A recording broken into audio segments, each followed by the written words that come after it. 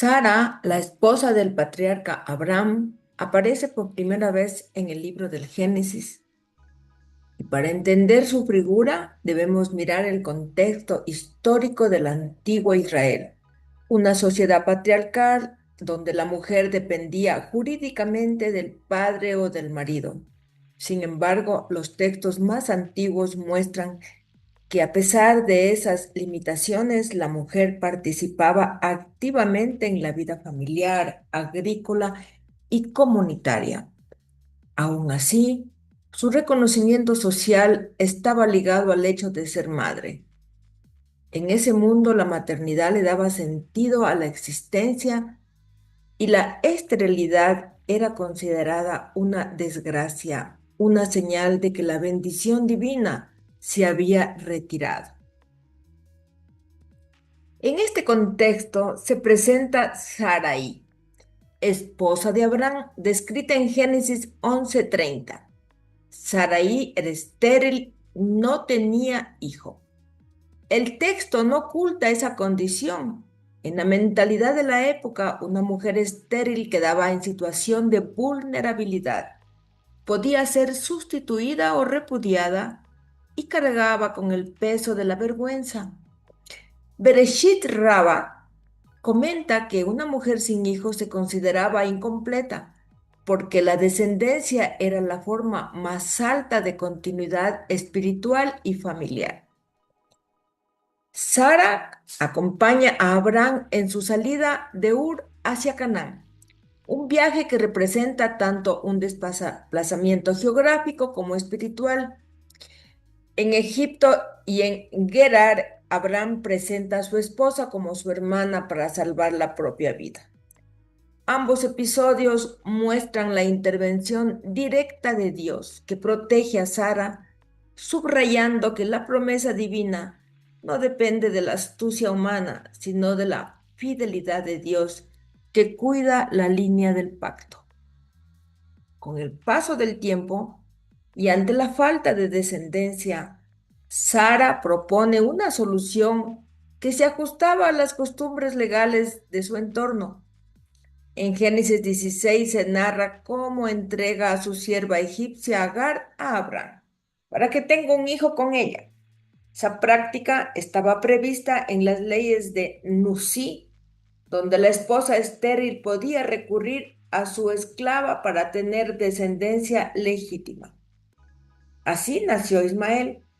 Sin embargo, el texto bíblico deja claro que la promesa no pasará por él, sino por un hijo que nacerá directamente de Sara. La relación entre las dos mujeres se vuelve tensa. Agar, al sentirse superior, menosprecia a su señora y termina huyendo. Aún así, el relato muestra que Dios también se le aparece a ella y la bendice, aunque la promesa central permanece con Sara. El conflicto entre ambas muestra cómo la historia avanza según un propósito divino que trasciende las decisiones humanas. En Génesis 17 cambia el nombre de Sarai a Sara y le dice a Abraham: la bendeciré y de ella saldrán naciones. El cambio de nombre no es un detalle menor. En la Biblia, cambiar un nombre significa cambiar la función espiritual. De mi princesa pasa a ser princesa. Eso es lo que quería decir. Esta figura fundacional del linaje de Israel. En ese mismo capítulo, también cambia el nombre de Abraham a Abraham, como si ambos alcanzaran simultáneamente un nivel más alto de conciencia y misión. El tema de la promesa atraviesa toda la historia de Sara. Su maternidad llega cuando humanamente ya no era posible. En el capítulo 18 de Génesis, 3 visitantes anuncian a Abraham que su esposa dará a luz. Ella escucha detrás de la tienda y se ríe. Y no por burla, sino por la incredulidad natural ante algo que supera toda lógica. Esa risa se convierte más tarde en signo de fe cumplida, porque el hijo que nace recibe el nombre de Isaac, que quiere decir reirá. La risa que al principio fue duda se transforma en alegría por la realización de lo prometido. Cuando Isaac crece y el hijo de Agar juega con él, Sara pide a Abraham que lo separe. Dios le dice, en todo lo que te diga Sara, escucha su voz. Con esa frase, la matriarca obtiene un reconocimiento espiritual pleno. Su voz se vuelve criterio de discernimiento, no solo dentro del hogar, sino en el proceso mismo del plan divino. Los textos intertestamentarios ampliaron su figura. El libro de los Jubileos afirma que Dios abrió el vientre de Sara como había prometido, presentándola como símbolo de fidelidad divina. El apócrifo de Génesis hallado en Qumrán la describe como una mujer sabia y pura. Filón de Alejandría, filósofo judío del siglo I, interpretó a Sara como el alma que concibe por la inteligencia y no por el cuerpo, explicando el nacimiento de Isaac como fruto de la mente iluminada. Incluso Pablo de Tarso, en su carta a los Gálatas, la presenta como símbolo de libertad espiritual, en contraste con Agar, símbolo de la servidumbre. Estas lecturas desplazan el énfasis de la maternidad física hacia la fecundidad interior, una idea que luego la Cábala desarrollará con profundidad. La parashá Jaei Shara, que significa la vida de Sara, se abre diciendo que los años de la vida de Sara fueron 100 años, 20 años y 7 años. Los sabios del Zohar explican que la Torá separa estos números porque no habla de cronología, sino de estados de conciencia. 100 representa la sabiduría de la madurez, una mente expandida que percibe sin dividir la realidad en bueno o malo. 20 simboliza la pureza de un alma sin cargas previas. Y 7 representa la inocencia original de la Neshama, la pureza sin cinismo.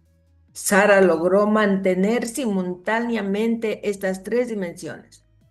Fue sabia sin endurecerse, madura sin perder claridad y pura sin desconectarse de la vida. En la Cábala, esto se considera señal de un alma que concluye su paso por el mundo con plenitud. El Zohar comenta también el momento de su muerte y dice, y vino Abraham a llorar a Sara. Allí enseña que Abraham representa el alma y Sara el cuerpo. Cuando Abraham llora, el alma reconoce al cuerpo como su socio sagrado. No lo lamenta por apego, sino por gratitud. La vida en el cuerpo es el laboratorio del alma. En los mundos espirituales hay iluminación, pero no corrección. Solo en la materia se produce transformación. Por eso, cuando el alma se separa, honra al cuerpo, porque fue el instrumento que le permitió amar, resistir, revelar y dejar huella. Después del entierro de Sara, la Torá relata que Abraham vuelve a unirse a una mujer llamada Keturá. El Midrash enseña que Keturá es la misma Agar, que regresa purificada y elevada. Su nombre alude al incienso, al Ketoret, símbolo de pureza. Ya no es la sierva de antes, sino una mujer que vuelve desde otro nivel de conciencia. Con ella Abraham tiene más hijos y según el texto les da regalos y los envía al oriente. El Zohar explica que esos regalos eran conocimientos espirituales, nombres sagrados y sabidurías místicas que Abraham transmitió a otras ramas de la humanidad. Al enviarlos al Oriente, les confió la tarea de refinar esas chispas de sabiduría para que en otras tradiciones y culturas siguieran germinando la búsqueda de lo divino. Así, el legado de Abraham y Sara se amplía, no solo a través de la descendencia biológica, sino por la expansión del conocimiento espiritual. El Oriente, tierra de búsqueda y práctica interior, recibirá esas semillas de luz para que siguieran desarrollándose hasta los confines del tiempo. La vida de Sara, leída desde la Cábala, muestra el recorrido completo del alma humana: la limitación inicial, la espera, la revelación, finalmente la integración. Su historia enseña que el espíritu no se realizó fuera de la materia, sino dentro de ella, y que la verdadera fe es sostener la promesa incluso cuando parece imposible. Sara es la conciencia que entiende, Abraham la acción que ejecuta e Isaac el fruto del equilibrio entre ambos. La parashá que lleva su nombre no habla de su muerte, sino de su vida.